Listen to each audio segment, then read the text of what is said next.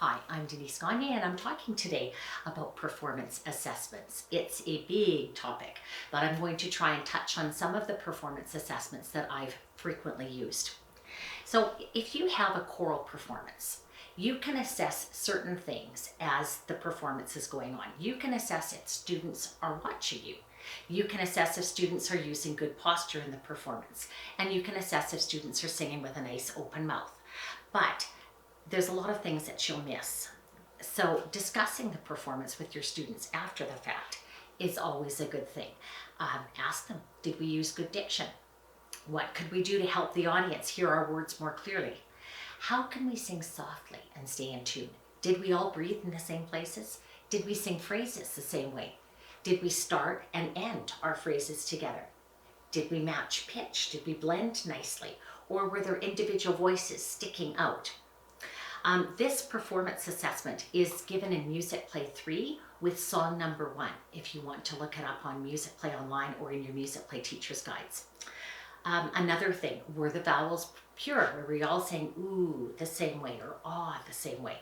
Was the tone pleasant, open and resonant, or was it sometimes shouty? You get that more with littler people. Did the class maintain a steady beat and perform the rhythms accurately? Could you hear dynamic contrasts? And then ask students to think of compliments and comments about their own performance.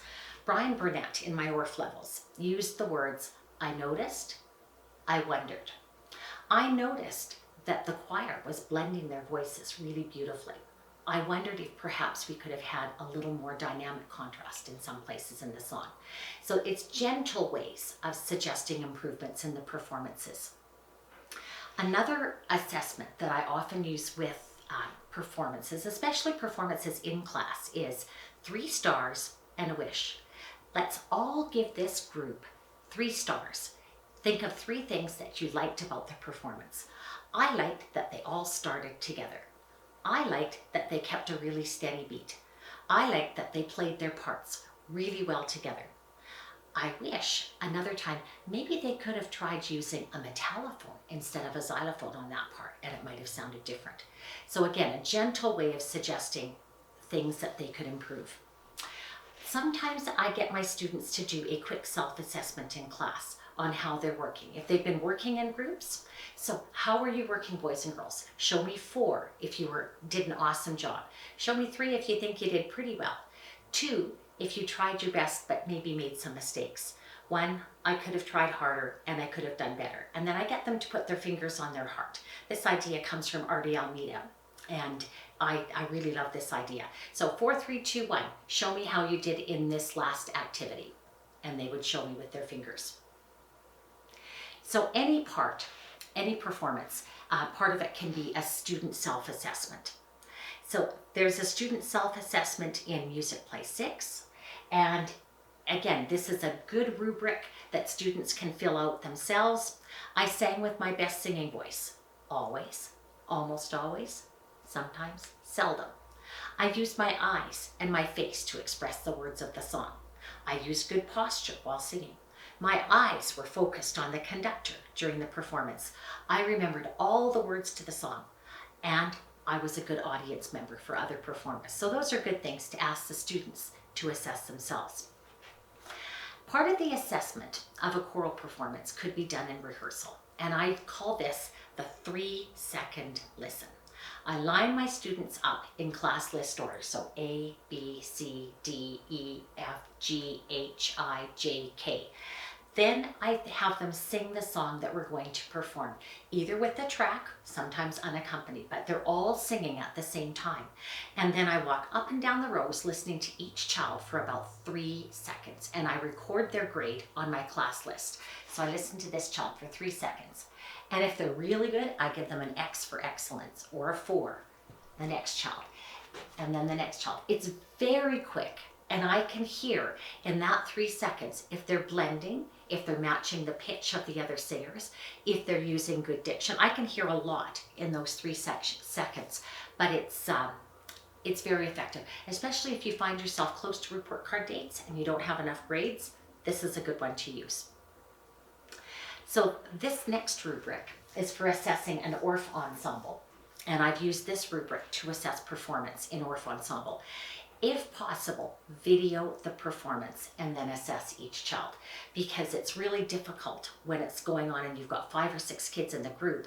You can't have your eyes on everybody at the same time. So you're looking for, in Orff Ensemble, 1, do they maintain a steady beat? 2, do they use proper mallet technique, or are they using fist grip, or are they using pointer grip? So I assess that. Are they playing their patterns correctly? And again, that's hard to hear sometimes when they're all jumbled together. Are they staying with the ensemble while they're playing? Or are they rushing, or are they getting off? And can they maintain an independent part? So that's a good one to video. Watch the video after. And of course, you can have the students do a self-assessment of their performance. Most often, your performance and the student's self-assessments are going to match up, but sometimes they're different. The student asks themselves, was I accurate? Did I keep a steady beat and stay with the ensemble? And then ask them your opinion. I feel like I was awesome in the performance. I feel like I was pretty good. I feel like I was okay. I feel like I could have done a lot better. And kids are quite often harder on themselves than you will be. Recorders are a big part of music programs for me from 4th grade up. So I have a very detailed recorder solo assessment in the recorder resource kit. So this is a recorder resource kit level 1. And the recorder solo assessment rubric that's in there is, again, very detailed. And because it's got so much detail, I probably wouldn't do this more than once or twice in a term. But the rubric looks at tone, tonguing. Can they play legato? Are they using correct fingers? Are they using good finger position? Are their finger pads covering the holes, not the fingertips? Rhythms, are they playing them accurately? Fluency, are they playing through an entire piece without stopping? And if I'm assessing different students on different pieces, I also assess the difficulty level of the piece. A more difficult piece is worth more points than an easier piece. And then I assess rehearsal skills. Are they waiting quietly while the next one plays? Since it's very time consuming to assess a complete performance of a solo by every child, you can assess one skill in isolation every week and only assess complete solos 1 or 2 times. So for example, if you're assessing tonguing, I might have them read rhythm patterns. Ta, ta, ti, ti, ta. And if they tongue it correctly, that marks off my tonguing checklist. I can assess legato connections at the same time. So reading rhythms, again, I would assess that with my rhythm flashcards. And to check if they know their note names, there's mad minutes in here, and they always have the answers at the top. You just cut off the answers and then you can use it as an assessment. This is a much quicker rubric to use for assessing student playing. It's simply a 1, 2, 3, 4, and it's a lot shorter to use. Assessment is a very big topic. These are just a few of the ways that you might use to assess performance. Share your ideas, your rubrics, your videos on the Musicplay Teachers Facebook group. We would love for you to follow us on Instagram and Pinterest and Twitter, and subscribe to our YouTube channel. Thank you.